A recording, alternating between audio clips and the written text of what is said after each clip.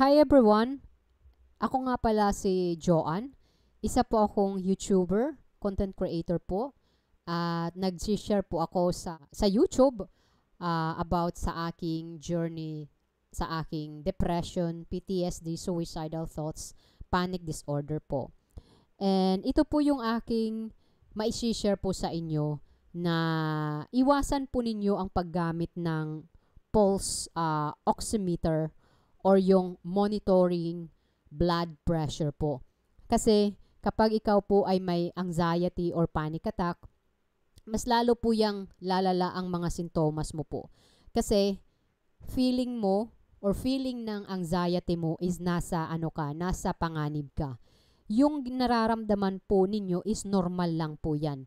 Kapag nagkakaroon tayo ng panic attack or anxiety, tumataas po yung blood pressure. But hindi ibig sabihin na may sakit ka na high blood. So hindi po normal lang po 'yan na tumataas yung blood pressure ng isang tao. Well, kung nagpa-check up ka na sa hospital, ilang beses ka nang nagpa-check up, ilang beses na mga doktor ang nag-check up sa iyo, tapos, yung mga resulta na ginagawa sa yung mga test is always normal. So, ibig sabihin po is wala ka pong sakit. So, ang tanong is bakit ka nagkakaroon ng anxiety attack or panic attack? Well, sa mga nangyayari po sa ating buhay, which is yung stressy life, stressy surrounding, mga stress sa nakikita natin sa television, sa social media, um, yun po yung talaga ang kumbaga na ano natin, kumbaga na kukuha nating kumbaga mga negative na kung ano yung nakikita natin at nararamdaman natin sa ating paligid. Oximeter and yung blood pressure machine po. Kasi hindi po yun makakatulong, kundi makakapag-trigger po sa iyong panic attack or yung anxiety. So, kasi ako, naiintindihan ko po kayo kung bakit yun ang takbuhan po ninyo. Ako naging obsessed ko po yun din, yung oximeter, yung ganito. Tapos yung monitoring blood pressure machine, mayroon po din kami ditong blood pressure machine. Ano ko po, yung daliri ko palagi ko pong ginaganon. So every time na I feel uncomfortable, I feel na umaatake yung aking panic attack, yun ang ginagawa ko. Like, minomonitor ko, ginaganon ko yung aking pulse dito sa aking may bandang leeg. Tapos, hindi pa ako nakokontento, bumababa pa ako para ma-monitor yung aking blood pressure. And then, kapag mataas, of course, makikita mo yung resulta. Tapos, dito na papasok yung intrusive thoughts mo na, oh my God, aatakihin ata ako sa heart attack, or my God, may sakit ata ako na very serious. So, lahat ng mga intrusive thoughts, it's because sa mga nakikita mong validation. So, hindi po para sa inyo, imbis na makakatulong, lalong nagpapalala sa trigger ng inyong anxiety. So, yung mga sintomas po na mga physical na sintomas na nararamdaman mo, like yung heartbeat mo, yung heart rate mo is tumataas, tapos yung takot na hindi mo makontrol yung ano mo, yung atake mo, and then maraming pumapasok na feeling mo mamamatay ka na, aatakihin ka sa puso, walang may makakatulong sa iyo, at yung hindi ka makahinga, or parang sobrang yung bang parang naninikip yung ano mo, yung lalamunan mo, tas naninikip yung muscle mo sa chest mo. And then yung nahihilo ka na parang parang may hangover, and then yung feeling na matutumba ka pero hindi ka po matutumba.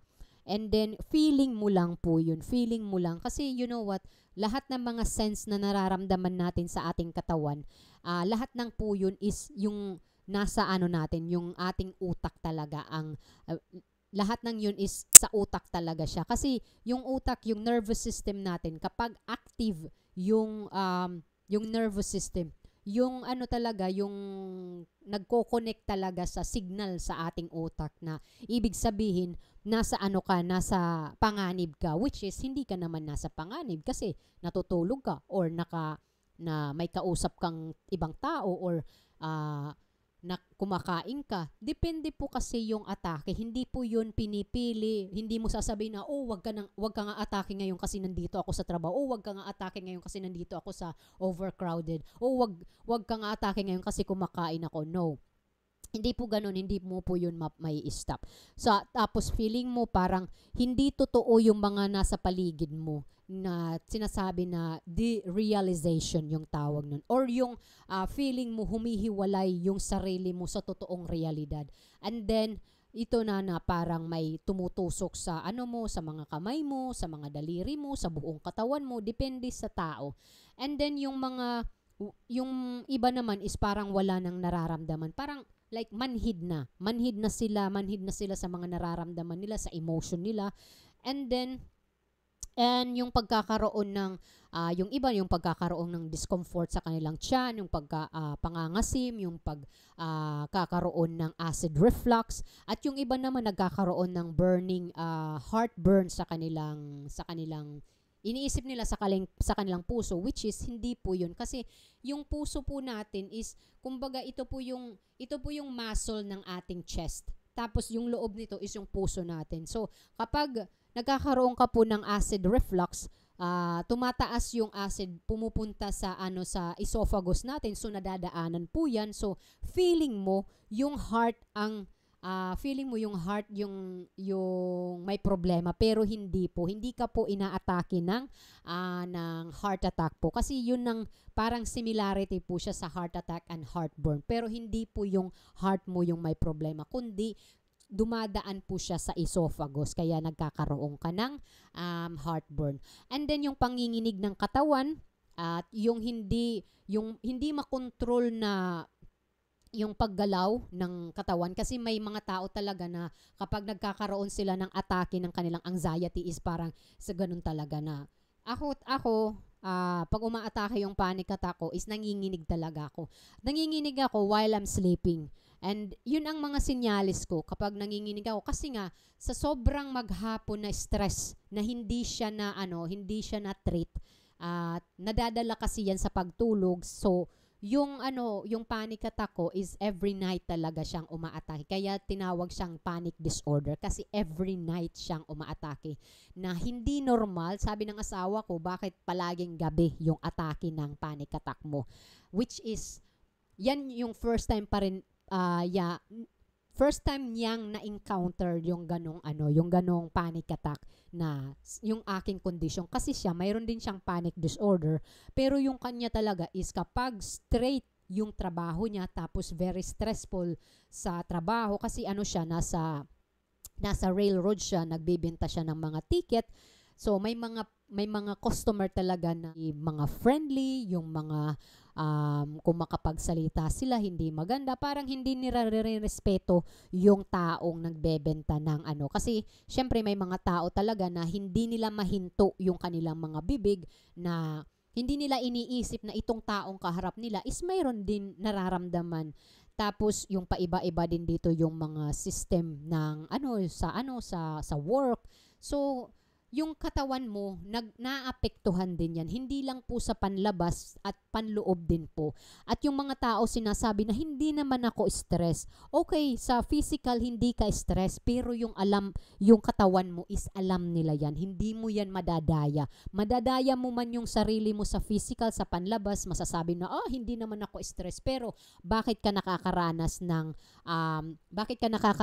pangangasim sa iyong stomach? Bakit ka nakakaranas ng mga pananakit ng kasukasuan mo? Bakit nakakaranas ka ng mga cramps?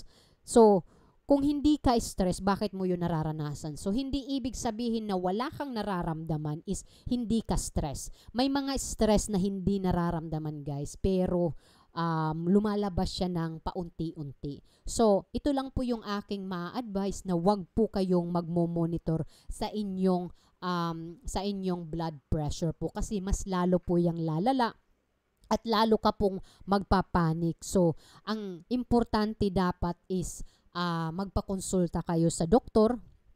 And if ever man na okay lahat yung mga examination na ginawa sa'yo, magpakonsulta ka sa isang psychiatrist. Kasi po, kapag hindi po yan matreat, mas lalo po yung lalala. Kasi manageable naman po talaga yung panic attack. Depende lang po sa tamang treatment na ginagawa. And if ever man na you need a medication na kasi yung sitwasyon mo po is severe, so kailangan mong mag-medication and then therapy para mabilisan po yung pag-recovery mo po.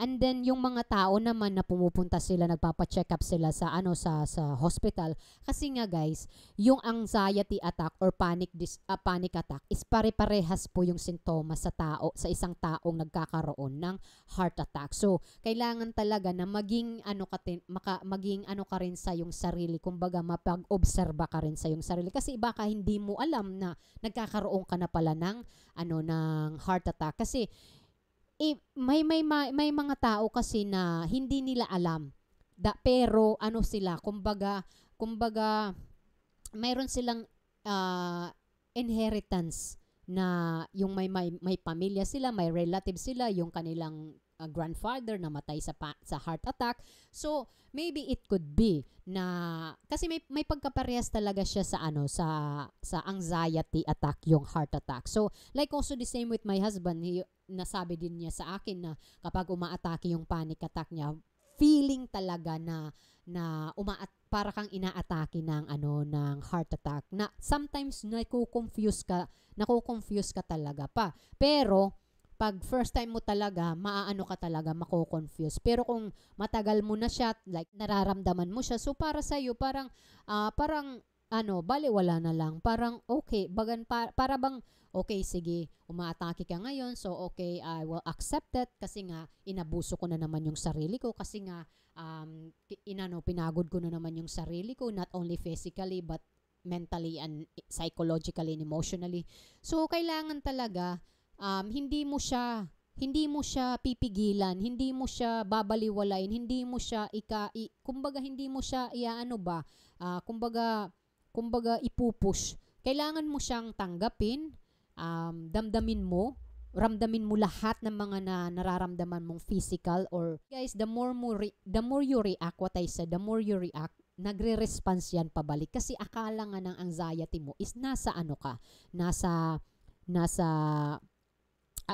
panganib ka. So kailangan talaga na iwasan din yung pagmo-monitor ng ating blood pressure, kasi hindi po yan nakakatulong, kalalala ng kondisyon mo po, na to the points na magiging obsessive ka na sa mga nararamdaman mo. So kung hindi mo na po kaya, kailangan mo nang maghanap ng isang professional na makakatulong sa iyo. So thank you so much. Sana nakatulong po itong video. Diagnose, so 2016, na-diagnose ng PTSD, suicidal thoughts, panic disorder po. And naka-recover po ako through my psychiatrist. Almost 9 years na po akong nagpapa-psychiatrist, at 9 years din ako na nagte-take ng antidepressant pills. Hindi po ako nagdedepende sa aking antidepressant or sa aking psychiatrist. Yung psychiatrist at antidepressant, isa po yung, kumbaga, isa po siyang saklay na nakakatulong sa akin para po mapatuloy ko po yung aking magampanan yung aking pagiging isang empleyado, pagiging isang nanay, pagiging isang anak, at pagiging isang asawa, at pagiging isang mamamayan dito sa Belgium. So yun po yung nakakatulong sa akin, and also sa sarili ko rin, tinutulungan ko rin yung sarili ko, kasi useless po na nagpapa-psychiatrist ka, nagte-take ka ng medication, pero wala kang ginagawa sa iyong sarili. So hindi nasa sayo, nasa mga kamay mo. So yung psychiatrist at medication, yun ang sinasabing saklay, and it's okay na mayroon kang saklay, kasi tayo po ay isang tao. We need that, and we don't need to be denial. In fact, we have to accept that, when you have to embrace it, kasi doon tayo nagiging mas matatag, at dito natin nakikita lahat yung pagiging isang tao, na hindi puro magaganda ang nangyayari sa buhay ng isang tao. Mayroon din sadness, mayroon ding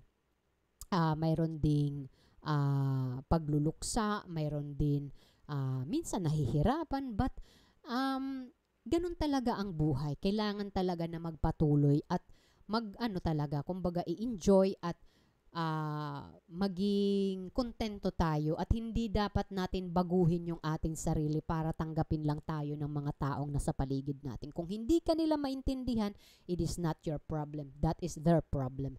Kasi ikaw, nagpapakatotoo ka. Kung naka-recover ako, makaka-recover ka po. Hindi ko po ito ginawang video para sabihin sa'yo na, oh, ito yung gawin mo. Ginagawa ko itong video ko para makapagbigay ng motivation, para makapagbigay ng knowledge sa mga taong nawawala ng pag-asa, yung mga taong nasa punto na ng kanilang buhay talaga na walang saysay yung buhay. Pero, mark my word, guys, mayroon pang saysay yung buhay ninyo. Dapat ninyo yung hanapin. At dapat mismo kayo ang makadiscover. Hindi yung mga taong nakapaligid sa'yo. Ikaw mismo. So anyway, thank you and good luck and success sa iyong buhay.